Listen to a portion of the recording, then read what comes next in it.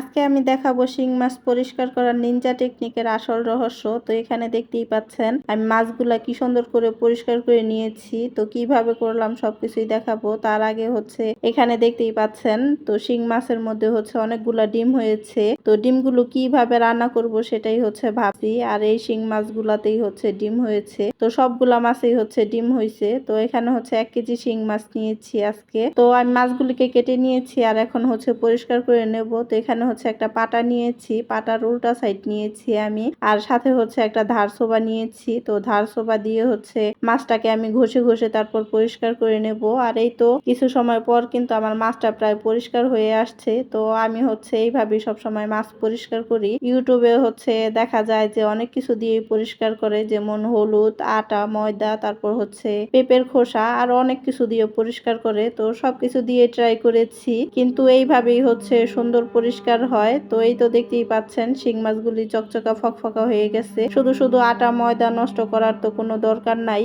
তো গ্রামের বাড়িতে হলে হচ্ছে পাতা দিয়ে তারপর হচ্ছে পাকার মধ্যে পরিষ্কার করা হয়। তো এখানে তো হচ্ছে পাতা পুতা নাই, তো এইভাবেই হচ্ছে পরিষ্কার করতে হয়। তো আমি সব সময় হচ্ছে ধারসোপা দিয়ে পরিষ্কার করে নেই, আর এটাই হচ্ছে আসল রহস্য। তো এখানে হচ্ছে আমার শিং মাছগুলো পরিষ্কার করা হয়ে গেছে। এই মাছগুলা পরিষ্কার করতে কিন্তু বেশি সময় লাগে নাই, 15 থেকে 20 মিনিট সময় লেগেছে। তো মাছ টাছ গুছিয়ে তারপর হচ্ছে আমি চলে যাব রান্না করতে। আর এই তো এখানে হচ্ছে আমি রান্না করতে চলে এসেছি। আজকে হচ্ছে আমি মুরগির মাংস রান্না করব। তো মাংসটাকে হচ্ছে আমি ভালো মতো ধুয়ে পরিষ্কার করে তারপর হলুদ মরিচ লবণ মাখিয়ে রেখেছিলাম। তো এখানে আমি মাংসটাকে ভেজে নিচ্ছি, দেখতেই পাচ্ছেন। আর মাংসটা ভেজে রান্না করলে কিন্তু খেতে ভালো লাগে। আপনাদের ভাইয়া হচ্ছে মাংস ভেজে রান্না করলে খেতে পছন্দ করে। তো আমি মাংসটাকে ভেজে নিচ্ছি। আর মাংস ভাজা হলে তারপর সেই তেলের মধ্যে আমি আলুটাকে দিয়ে দিয়েছি ভাজার জন্য। তো মাংস হচ্ছে আলু দিয়ে রান্না করব। আমি মাংস আর আলুটাকে ভেজে তুলে নিয়েছি, আর সেই তেলের মধ্যে হচ্ছে পেঁয়াজ কুচি দিয়ে দিয়েছি। তো পেঁয়াজ কুচিটা হালকা একটু ভাজা হলে পরে এর ভেতরে দিয়ে দিচ্ছি হচ্ছে লবণ, আদা রসুন বাটা, কাঁচা জিরা বাটা, হলুদ মরিচ গুঁড়ো, ধনিয়া গুঁড়ো। তো সব মশলা পরিমাণ মতো দিয়ে অল্প পরিমাণে পানি দিয়ে তারপর হচ্ছে আমি মশলাটাকে কষিয়ে নেব। আর আমি মাংসের মধ্যে হচ্ছে কাঁচা জিরা বাটা খাই সব সময়। কাঁচা জিরা বাটা দিলে দেখা যায় তরকারিটা কিন্তু খেতে ভালো লাগে আর সুন্দর একটা ঘ্রাণ আসে। তো এখানে হচ্ছে আমি এই তো মশলার মধ্যে মুরগির পা আর হচ্ছে কলিজাগুলো দিয়ে দিয়েছি মশলাটা কষানো হলে পরে, কারণ মুরগির পা হচ্ছে ভেজে নেই নাই। তো এগুলা হচ্ছে আমি কষিয়ে নেব। তো ভালো করে কষিয়ে তারপর হচ্ছে ভেজে রাখা মুরগির মাংস আর হচ্ছে আলুটাকে একসাথে দিয়ে দিয়েছি। তো এগুলাও হচ্ছে ভালো করে একটু কষিয়ে নেব।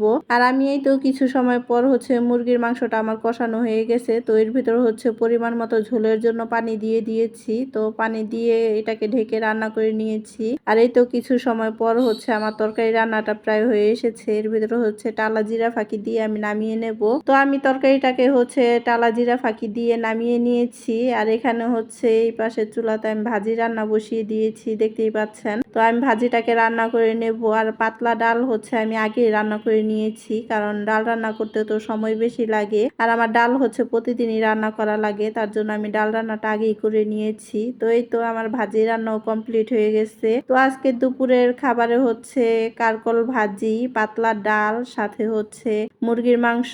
তো আজকে দুপুরের খাবারে হচ্ছে এটাই ছিল। তো আমার ভিডিওটা আপনাদের কাছে কেমন লেগেছে অবশ্যই কমেন্ট করে জানাবেন। আর কে কিভাবে শিং মাছ পরিষ্কার করেন সেটাও একটু কমেন্ট করে জানাবেন। ভালো থাকবেন সবাই। আসসালামু আলাইকুম। আল্লাহ হাফেজ।